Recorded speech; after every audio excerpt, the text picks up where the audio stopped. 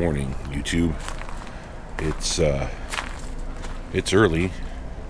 We're here at Temecula KOA. It's been 104 degrees. Air conditioner's been struggling to keep up. The refrigerator, forget about it. The sun is beating right down on that wall and we can't get it cold, so ice chests and going out to eat. Last night we went to a winery. If you're on my Instagram or my Facebook page, you'll see pictures of that, but it's nice here. It was a struggle to get here. It was just horrible traffic. But that's Southern California. Whatever. It is what it is. I'm fighting the sun right now, so I'm trying to keep everybody out of the sun, as me too. But let me show you this view. You're not going to believe this.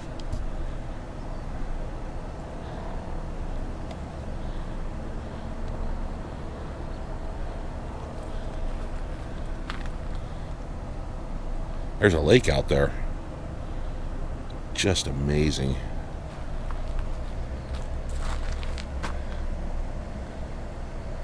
It's a little bit of the campground. Today it's going to be a little bit cooler. It's going to be 100 degrees instead of 104. Good neighbors. Friendly people. Everybody seems to have these golf carts. I guess you can rent them for $200 for 4 days. I don't know. We're not going to do that. We have a car. This place is huge. It's over 400 sites. It's just huge. There's Gamma. We're going to work on a project today. We tried to finish this up at Huntington Beach, but we lost the roller. So we're going to hopefully finish it up today. Cleo and Gabby went for a bike ride. It's a cool shot with the Marine Corps flag and the American flag. We got some cloud cover, so hopefully that'll help us out. Maybe we'll get some thunderstorms. That'd be kind of cool. We don't get that in Southern California. Maybe we'll get some of that monsoonal rain that they talk about.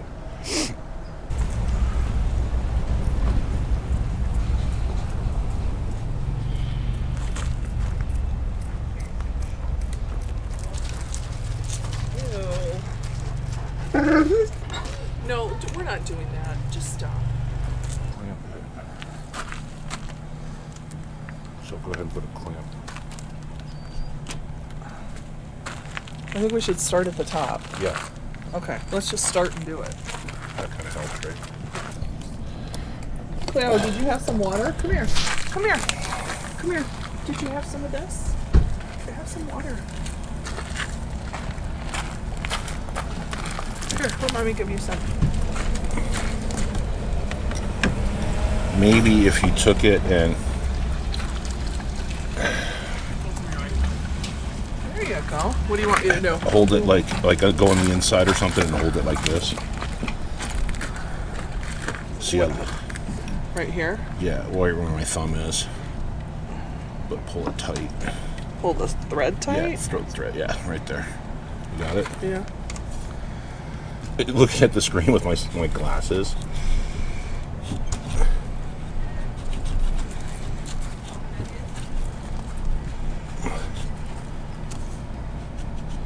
In there. There we go. Sweet. This appears to be working pretty good. Now it's the morning of the day we're leaving. It's been very hot. And last night we lost power in the campsite. The whole loop here went out. So we plugged in the generator. It was fine. We turned the AC back on for the dog Cleo. It was just too hot to sit in the RV without AC. No way. It's been about 100, 104, and AC's a must. So the power went out yesterday. My surge protector worked. I need to do a review on that for you guys because that really saved all of our electronics. If you don't have a surge protector and you're in RV campsites and you get a brownout or a power outage, that surge protector is going to save all your electronics inside your RV. It really will. So surge protector did its job. We unplugged, plugged in the generator. I was smart enough to fill up the RV. California, it cost me about $150 to fill up the RV. So we had tons of gas for the generator, not a problem. Fired it up, got the AC back up. It wouldn't come on. I let it sit there. I don't know if it iced over or what the deal was, but I let it sit for about 5-10 minutes and then turned it back on. When you're doing that, don't fire up the generator with the AC turned on. Make sure you turn the AC off. Fire up the generator, let it come up to the RPMs for the generator, and then put the load on it. Turn on the AC. And when you turn on the AC, don't turn it all the way down to cold, because it'll work too hard. You got to start turning it down incrementally. So that's what we did. You'll see a ton of golf carts coming up here. And then at 1:30 in the morning, all heck broke loose, and we had a massive thunderstorm. I jumped up out of bed, got the GoPro, got the iPhone, ran to the back of the coach, set everything up, and did a time lapse of the thunderstorm. So I'll roll in some footage of that. This is my very first nighttime time lapse with the GoPro Hero 7 Black. What an epic show this was. It was just, and it went on for hours. It was amazing. It was really epic. I was going to sit out here for a couple hours doing a time lapse until the rain came. I didn't feel like sitting out in the thunderstorm in a rain, so I packed it all in and went to sleep, sort of. But the neighbor got up next door. I'll show you the rig. Right there. And right there is where she threw up 10 times. Poor, they were drinking heavily. So I felt bad for her. She got to watch some of the thunderstorms when she wasn't facing the ground. I guess it was a hard night. Cleo, look at our dog. What? Hi. Hi. So funny. Alright, we're in the car because this place is just massive. It's got 400 functional sites and probably another 400 that are ready to be functional. They have the power boxes there, the water hookups there, and the sewer. It's just not all connected. This is one of the biggest KOAs I've ever seen. It's enormous.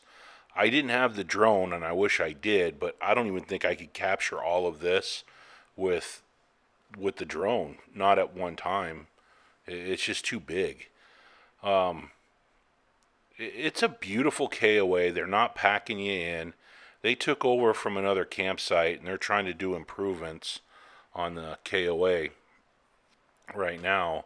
And it's a work in progress, I'm not going to lie. But it's really in a nice area. It's in Temecula. If you like wine tasting, it's not far from the winery tour at all.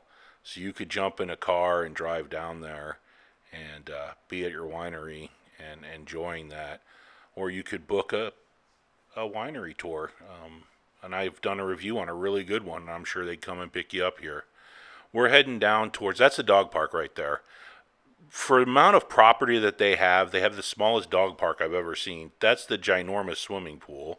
We'll come back to that. These are the sites that are pseudo-finished. This is all tent camping, and they have water and sewer here, but no electricity. This is where they were going to put us, and I was able to sweet talk the lady at the desk, and she gave us Site 28, which I really recommend. If you're going to come book the Temecula KOA, Site 28 is probably one of the best sites in the campground. It's just amazing. You're up on the bluff, you're overlooking the lake, and if it's not 104, you're going to do all right up there. It's full hookups, power and water and sewer. We're coming back in towards, I believe, the pool area here. It's just so big. They have a small tennis court that you can go and rent, I guess, a tennis racket and stuff. It's right here. And then you turn the corner, that's the Aurora. There's the pool. They have 3 swimming pools. It's a dirt parking lot. And now I understand why everybody has golf carts, because there's no way you could walk this, especially in 100, 104 degree heat. You would not do well. What really surprised me is how dry everything is, and all the campers and fires that they were having. I mean, one spark and this whole place is going up. And to try and evacuate this would be a nightmare. It would would be impossible. So that kind of begged the question, what do you do? I mean, do you just leave your camper and just get in the car and go? This is going towards the putt-putt. So they have miniature golf or putt-putt. And those are the clubhouses right there. They have a restaurant in there. They have a bar. And, yeah, it was good. It's a little expensive, but it's a KOA.